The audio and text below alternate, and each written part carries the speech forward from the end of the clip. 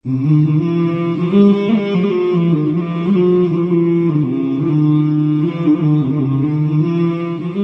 இந்த ஃபாத்திஹா ஓதும்போது சார், ஃபாத்திஹா ஓதும்போது அந்த இடங்களில் ஊதுபத்தி வைக்கிறது, நறுமணங்கள் வைக்கிறது, சந்தனம் பூசுறது, சந்தனம் வைக்கிறது, இந்த மாதிரியெல்லாம் ஃபாத்திஹாக்கள் ஓதும்போது செய்கிறாங்களே, இது பிதஅத் இல்லையா?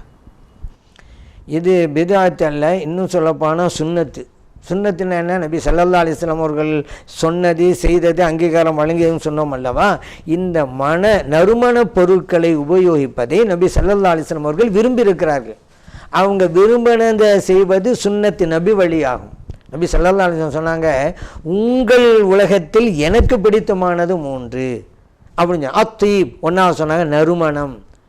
இரண்டாவது எனக்கு இருக்கக்கூடிய துணைவிமார்கள்.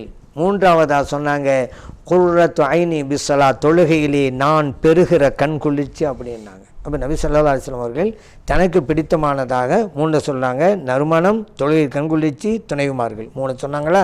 இதில் முதலாவதாக நறுமணத்தை தான் சொன்னாங்க. விரும்பி இருக்கிறார்கள். நாம் ஒரு இடத்துல குழுமி இருந்தால் அந்த இடம் நறுமணம் மிக்கதாக இருக்கணும். அதனால தான் அது செய்கிறோம். நறுமணம்னு வரும்பொழுது பல வகை ஊதுபத்தி, சாம்பிராணி புகை போடுறது, சந்தனம் பூசி, எல்லாம் நறுமண பொருட்கள் தானாங்க. நறுமண பொருட்களை இறைவன் நமக்கு ஏன் தந்தான்? உபயோகிப்பதற்காக தந்தான். நபி ஸல்லல்லாஹு அலைஹி வஸல்லம் அவர்கள் பள்ளி வாசலிலேயே நறுமணத்தை உபயோகிக்க சொல்லியிருக்கிறாங்களே. ஜம்மிரூஹா ஃபில் ஜுமஇ, நபி ஸல்லல்லாஹு அலைஹி சொன்னாங்க, பள்ளி வாசல்களில் நறுமண புகை போடுங்கள். நம்ம வழக்கத்தில் சொல்கிறதா இருந்தால் சாம்பிராணி புகை போடுங்கள். இப்னு மாஜாவில் பதிவு செய்யப்பட்ட ஹதீஸ். ஏன் அந்த ஜும்மான்னு சொன்னாங்க? வெள்ளிக்கிழமை தான் கூட்டம் அதிகமாக வரும். மற்ற நாட்கள்லாம் கம்மியான கூட்டம் வருவாங்க, போயிடுவாங்க. வெள்ளிக்கிழமை ஜும்மாவில் நிறைய பேர் வருவாங்க. நிறைய பேர் வருவதால் அங்கே நறுமணம் மிக்கதாக இருக்கணுங்கிறதுனால தான் சாம்பிராணி புகை போடுங்கள் என்றார்கள். இன்றைக்கி கூட வெளியே அரபு நாடுகளில் பார்க்கலாம், அதே போல் இந்த மலேசியா போன்ற நாடுகளில், புருனை போன்ற நாடுகள்லாம் பார்க்கலாம். பள்ளி வாசல்களில் அத்தர் பாட்டிலே வச்சுருப்பாங்க. இன்னும் சில பள்ளிவாசல்கள் மூளையில் புகை, நறுமண புகை இருந்துக்கிட்டே இருக்கும் எப்போதும். அதுக்குண்டு ஒரு டிபார்ட்மெண்ட்டு அதை பார்த்துக்கிட்டே இருப்பாங்க.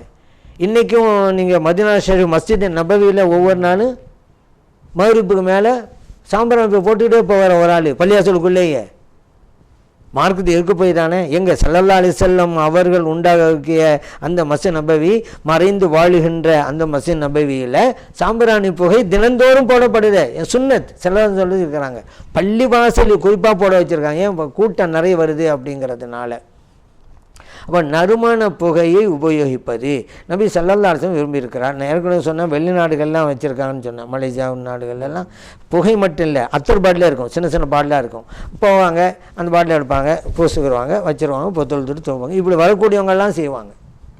அப்போ ஒரு ஆள் கேட்டார், ஏங்க இப்போ அங்கே எல்லாம் வச்சுருக்காங்க அத்தர் பாட்டில், இங்கே நம்ம இந்தியாவில் தமிழ்நாட்டிலலாம் வைக்கலையே அப்படின்னு ஒரு ஆள் கேட்டார். எங்கே வைக்கலாம் தானே. அப்போ நான் சொன்னேன், இங்கேயும் வைக்கலாம், வச்சா யார் ஃபஸ்ட்டு வராங்களோ அவங்களுக்கு மட்டும்தான் அப்படின்னு சொல்லி. அப்படி ஆயிரத்தில் வாங்கி வச்சுருவோம், வருவார். ஆமாம், அப்படி ஒரு சூழ்நிலை இருக்குதுல்ல. ஏன்னா பள்ளியாசல் போனாலே செருப்பை ஒழுங்காக பார்த்து கவனம் பார்த்து வச்சு தான் உள்ளுக்கு போகிறோம்.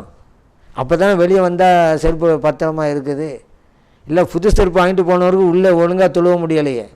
அந்த நம்முடைய செருப்பு நிலைமை என்ன ஆச்சோ அப்படின்னு நினச்சிக்கிட்டு இருக்கிறாரு. அங்கே இன்னும் சொல்ல போனால் சில பள்ளியாசல்லாம் தண்ணி குடிக்க பானை வச்சுருப்பாங்க. அதுக்கு ஒரு டம்ளர் இருக்குமா, அந்த டம்ளருக்கு ஒரு சங்கிலி போட்டு வச்சுருப்பாங்க, ஒரு பாதுகாப்பு அப்படின்னு. அப்போ இப்படி இருக்குது. அங்கெல்லாம் அப்படி இல்லை, எல்லாம் டீசெண்டாக செருப்பு கவலையே பட தேவையில்லை. அப்படி ஒரு குணம் பண்பாடு அங்கே இருக்குது.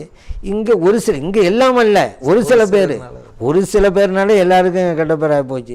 அப்போ என்னங்க தொழுகைக்கு வந்தவர்கள் எப்படி திருடுவார்கள் அப்படின்னு ஒரு ஆள் கேட்டார். நான் சொன்னேன், தொழுகைக்கு வந்தவர்கள் ஒரு காலும் திருட மாட்டார்கள், திருடன் தொலை வந்திருக்கிறான் அப்படின்னு சொல்லுங்க.